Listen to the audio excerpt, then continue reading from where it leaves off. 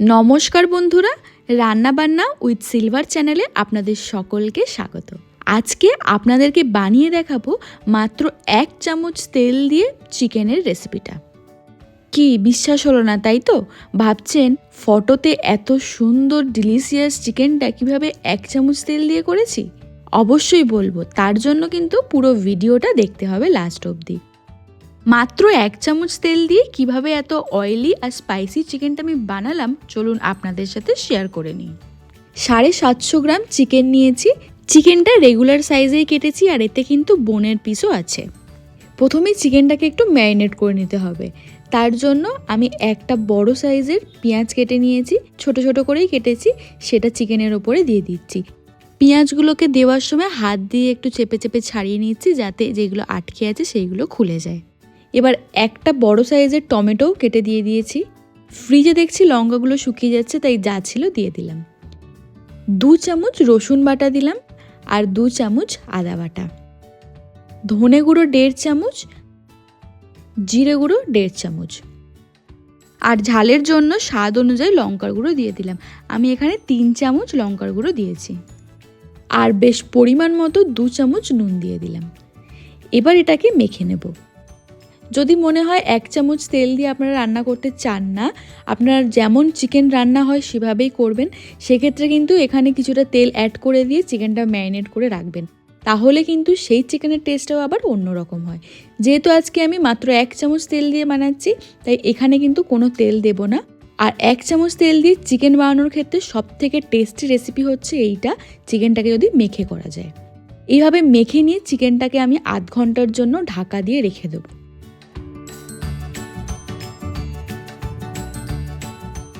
চলুন, আধ ঘন্টা হয়ে গেছে, এবার রান্নাটা শুরু করি। ঠিক মেপে একদম 1 চামচই সর্ষের তেল এর মধ্যে দিয়ে দিয়েছি। চিকেন বা মাটন যে কিছু রান্না করার ক্ষেত্রে কিন্তু গরম মশলা ফোড়ন দিতে হয়, তাহলে এর টেস্টটা খুব ভালো আসে। টেস্ট বলা ভুল হবে, এর ফ্লেভারটা খুব ভালো আসে।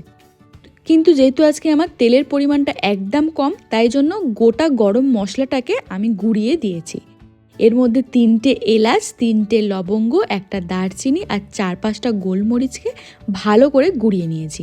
একটু বড় বড় হয়ে থাকলেও কোনো অসুবিধা নেই, একটু বড় বড় দানা রেখে গুঁড়িয়ে নিয়েছি। তেলের মধ্যে এটাকে প্রথম কিছুক্ষণ নেড়েচেড়ে নেব যাতে এর ফ্লেভারটা তাড়াতাড়ি বেরিয়ে যায়। 30 সেকেন্ড মতো এটাকে নেড়েচেড়ে নিয়েছি। এবার ম্যারিনেট করে রাখা চিকেনটা পুরোটা দিয়ে দিলাম। চিকেনটা দেওয়ার পর গরম মশলার সাথে একটু চিকেনটা নাড়াচাড়া করে নিচ্ছি যাতে গরম মশলার ফ্লেভারটা, সেন্টটা চিকেনের মধ্যে ভালো করে মিশে যায়। যেহেতু এতে তেলও নেই, জলও নেই, এবার তাহলে রান্নাটা হবে কি করে? এটার একটা ট্রিক্স হচ্ছে, চিকেনটাকে কড়াইতে দিয়ে ফ্লেমটা করে দিন একদম লো, আর 10 থেকে 15 মিনিটের জন্য ঢাকা দিয়ে রেখে দিন। 10-15 মিনিট পর কি হয় সেটা দেখব। ঠিক 10 মিনিট পর এসছি, দেখুন চিকেনটা আমার নিচে লেগে যায়নি। চিকেন দিয়ে দেখুন জল বেরিয়েছে, যদিও জলের পরিমাণটা অনেকটাই কম, কিন্তু তবুও চিকেন দিয়ে জল বেরিয়েছে। এখনও কিন্তু ফ্লেমটা আমি লোতেই রাখবো, একদম লো। আর এই জলের সাথে চিকেনটাকে একটু নাড়াচাড়া করে দেবো, মানে ওপর নিচ চিকেনটাকে করে দেবো, করে আবার 10 থেকে 15 মিনিটের জন্য এটাকে ঢাকা দিয়ে দেবো। এবার এটা 10 মিনিট লাগবে না 15 মিনিট লাগবে সেটা আপনার চিকেনটা কী রকম চিকেন সেটার উপর ডিপেন্ড করছে। যদি কচি মুরগি হয় তাহলে 10 মিনিট যথেষ্ট, আর যদি একটু বড় মুরগি হয় তাহলে কিন্তু 15 মিনিট ঢাকা দিয়ে রাখতে হবে। 10 মিনিট পর চিকেনটা খুলে দেখছি, মানে 10 আর 10 টোটাল 20 মিনিট পর চিকেনটা খুলেছি। দেখুন সাইডে কত তেল বেরিয়েছে। আগের থেকেও কিন্তু এবারে তেলের পরিমাণটা একটু বেশি বেরিয়েছে, আর জলটাও কিন্তু আগের থেকে বেড়েছে। চিকেনটাকে আবারও আমি একটু নেড়ে চেড়ে দিয়ে ঢাকা দিয়ে দেবো 10 মিনিটের জন্য, যতক্ষণ না আরও একটু তেল বেরিয়ে আসে। এবার এখানে একটা মেন কথা বলে রাখি, যতক্ষণ না পর্যন্ত চিকেনটা থেকে দেখবেন তেল বেরোচ্ছে ততক্ষণ পর্যন্ত কিন্তু চিকেনটাকে ঢেকেই রাখবেন। চিকেনটাকে ঢেকে ঢেকে করলে কিন্তু চিকেন থেকে ডেফিনেটলি আপনার তেল বেরোবেই বেরোবে। পুরো আধ ঘন্টা কিন্তু আমি ঢাকা দিয়ে এটা রান্না করেছি। আধ ঘন্টার মধ্যে 10 মিনিটের ব্যবধানে 3 বার খুলে একটু উল্টে পাল্টে দিয়েছিলাম। এবার দেখুন কত পরিমাণ তেল বেরিয়েছে, সাথে জলও বেরিয়েছে। এই তেলে আর জলেই কিন্তু মাংসটা সিদ্ধও হবে, প্লাস কষিয়েও নেব। চিকেন যেহেতু এমনি নরম হয় তাই আর ঢাকা দেব না। যেহেতু তেল বেরিয়ে গেছে এবার ফ্লেমটাকে করে দেবো হাই। যখনই চিকেনটা করার সময় চিকেন দিয়ে তেল বেরিয়ে যাবে তখন কিন্তু আর ঢাকা দিয়ে সিদ্ধ করার দরকার নেই, ফ্লেমটা করে দিন হাই। এবার মাংসটা কষার পালা। ফ্লেমটা হাই রেখেছি, নুন দিয়ে দিয়েছি, হলুদ গুঁড়ো আর কাশ্মীরি লঙ্কার গুঁড়ো ওপর দিয়ে দিলাম। এবার হাই ফ্লেমেই চিকেনটাকে খুব ভালো করে কষবো। চিকেনটার মধ্যে কিন্তু আমি একটুও জল দেব না, পেঁয়াজ টমেটো যেহেতু আছে সেই জলে তেলেই কিন্তু চিকেনটা খুব ভালোভাবে কষে যাবে।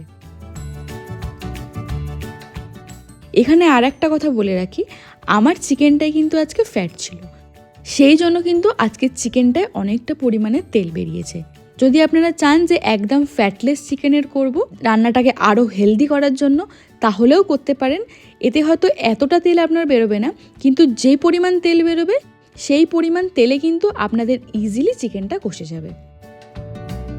হাই ফ্লেমে বেশ 15 মিনিট আমি চিকেনটাকে কষছি। এবার হাড়টা সিদ্ধ হওয়া খুবই দরকার। চিকেনের হাড় ভালো করে সিদ্ধ না হলে কিন্তু হাড়ের ভিতরটা কাঁচা থেকে যায় আর লাল লাল দেখা যায়। তাই জন্য অল্প একটু জল আমি এর মধ্যে অ্যাড করে দিয়েছি। যেহেতু আমার মাংসটা অলরেডি প্রায় সিদ্ধ হয়ে গেছে তাই ঢাকা দেওয়ার দরকার নেই, হাই ফ্লেমেই এটাকে ভালো করে ফুটিয়ে নেব।